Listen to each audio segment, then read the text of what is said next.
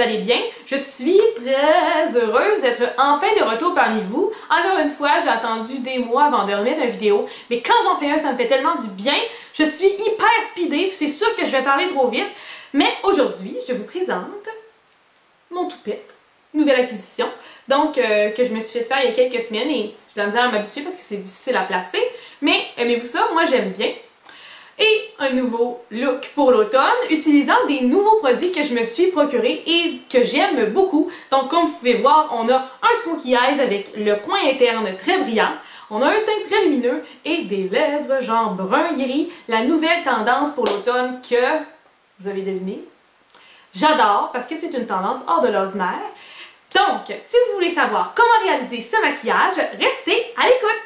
Je prépare ma peau avec la base lumière Prep and Prime dans la couleur Radiant Yellow de MAC et je me concentre sur le centre du visage qui est la zone où j'ai le plus de pores dilatés et je l'étends vers l'extérieur. La base va nous aider à faire tenir le maquillage plus longtemps et elle apporte également une légère touche de lumière. Toujours dans la gamme Prep and Prime de MAC, j'applique l'illuminateur dans la couleur Radiant Rose sous mes yeux et sur les points les plus hauts de mon visage, soit le centre du nez, le dessus des lèvres, le centre du menton et le centre du front. J'estompe avec mes doigts pour que le produit pénètre bien dans ma peau.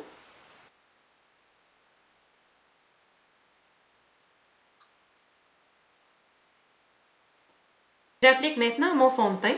J'utilise un mélange du fond de teint Face and Body de MAC et du cache-cerne Pro Longwear de MAC également.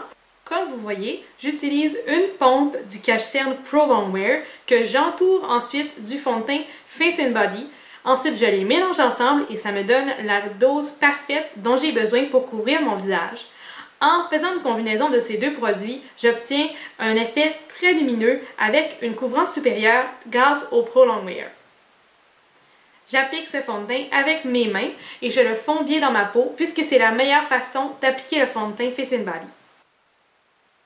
On finalise la couvrance du teint avec le cache-cerne correcteur de Chanel que j'applique en dessous des yeux sur mes cicatrices d'acné et imperfections. Je l'applique avec un pinceau et ensuite je l'estompe à l'aide des doigts.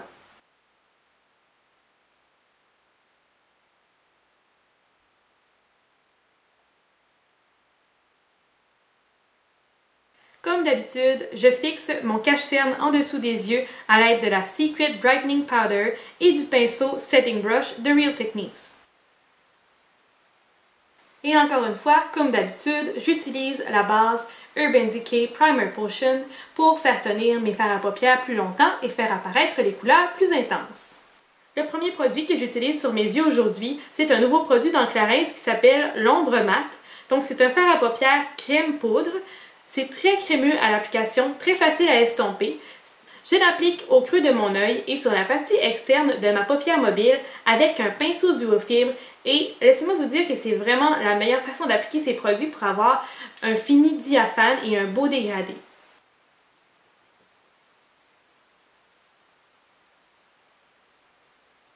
J'utilise le Paint Pot Pro Longwear dans la couleur Frozen Violet et je l'applique partout sur ma paupière mobile à l'aide de mon doigt. Ensuite, je vais utiliser le même pinceau duo-fibre qu'on avait utilisé pour appliquer le fard mat de Clarins pour estomper les deux couleurs ensemble.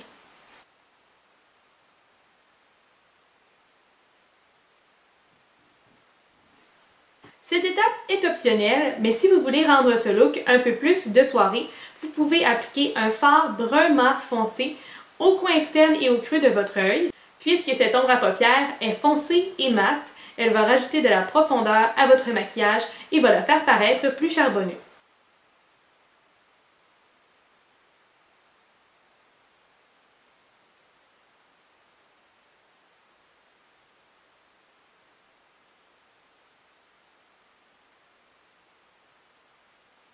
On va maintenant ajouter de la lumière à notre maquillage avec la couleur Pink Zinc de Lancôme qu'on va appliquer sur la partie interne de la paupière mobile avec un pinceau plat.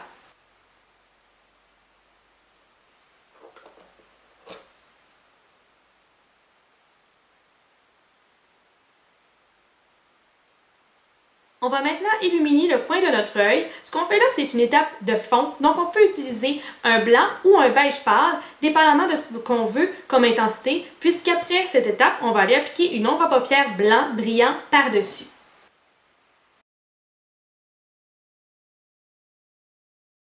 Comme vous voyez, ça donne un résultat illuminé, mais pas si intense que ça. Donc, si vous avez appliqué une ombre à paupières blanche ou un pigment blanc, comme par exemple la folie blanche de Lisoitier, à ce moment-là, vous allez obtenir un effet très blanc glacial. Donc, ça peut être très joli également. Si vous suivez mes vidéos depuis un certain temps, vous savez que un maquillage ne peut pas être terminé sans qu'il soit compliqué. Donc, encore une fois, j'ajoute un autre produit et c'est le pigment pressé de MAC dans la couleur Light Touch. Donc, je vais l'appliquer par-dessus l'ombre à paupières blanche dans le coin interne et également partout où j'avais appliqué la couleur Pink Zinc au début. Pour le dessous des yeux, on va faire ça assez simple. Donc, on va commencer par la couleur Sexpresso qu'on a utilisée tout à l'heure, le brun foncé mat. Et on va aller l'appliquer au premier tiers externe de notre œil.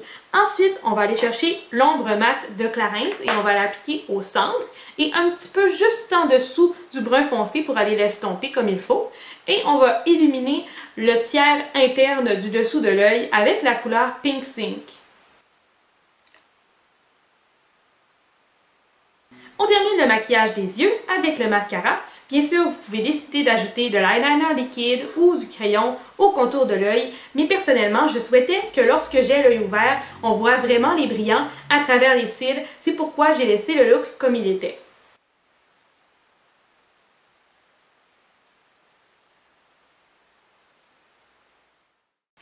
Je fixe mon teint avec la poudre Mineralized Skin Finish Natural de MAC dans la couleur Light. On définit les contours du visage à l'aide d'une poudre mate. Aujourd'hui, j'utilise le fard à joues Next to Skin de MAC.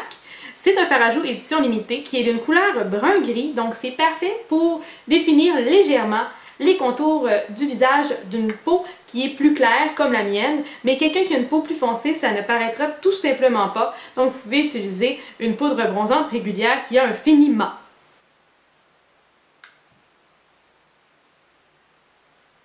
Comme la tendance est au teint très lumineux, je me réjouis d'appliquer le Shimmering Skin Perfector de Becca dans la couleur Pearl sur les points les plus hauts de mon visage, soit le haut de mes joues, le centre du nez, le dessus de mes lèvres, le centre du menton et j'en applique légèrement au centre de mon front. Vous allez voir que j'en applique beaucoup parce que j'adore ce produit et je vais même vous montrer ce qu'il fait sur la peau une fois qu'il est estompé. Donc c'est merveilleusement lumineux, beau et ça fait vraiment comme un effet de lumière naturelle de peau hyper hydratée, donc j'adore. On termine le visage avec le fard à joues, donc j'utilise aujourd'hui la poudre compacte lumineuse de Laura Mercier dans la couleur Pink Mosaïque. Donc c'est 4 teintes mélangées ensemble qui donnent un rose lumineux très joli et je le trouve parfait pour l'automne.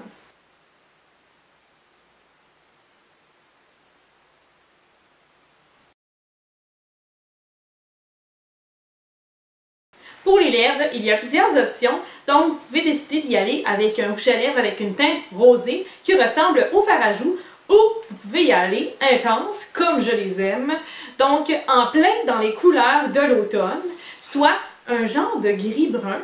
Moi personnellement dans ma collection, j'avais ce rouge à lèvres qui s'appelle Soft Sable de MAC, mais c'était une édition limitée, donc c'est un genre de brun-gris vraiment cool que j'ai appliqué sur mes lèvres et par-dessus, j'y suis allée avec un gloss dans Inglot dans la couleur 546. C'est un AMC Lip Gloss et c'est un rouge à lèvres qui est duochrome, donc il a l'air rosé mais en même temps doré mais en même temps bleu. Donc ça rajoute vraiment une belle reluisance au rouge à lèvres et je trouve que ça complète merveilleusement bien ce look typique d'automne.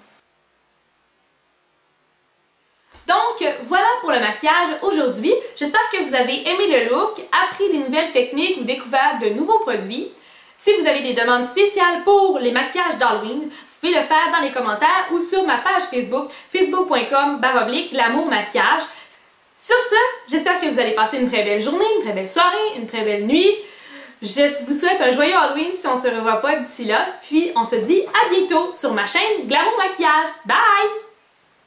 On définit les contours du visage à l'air... J'arrête pas de dire ça. On définit les contours de notre visage à l'air... Sans blague! Une marque qui s'appelle Next... Mon Dieu!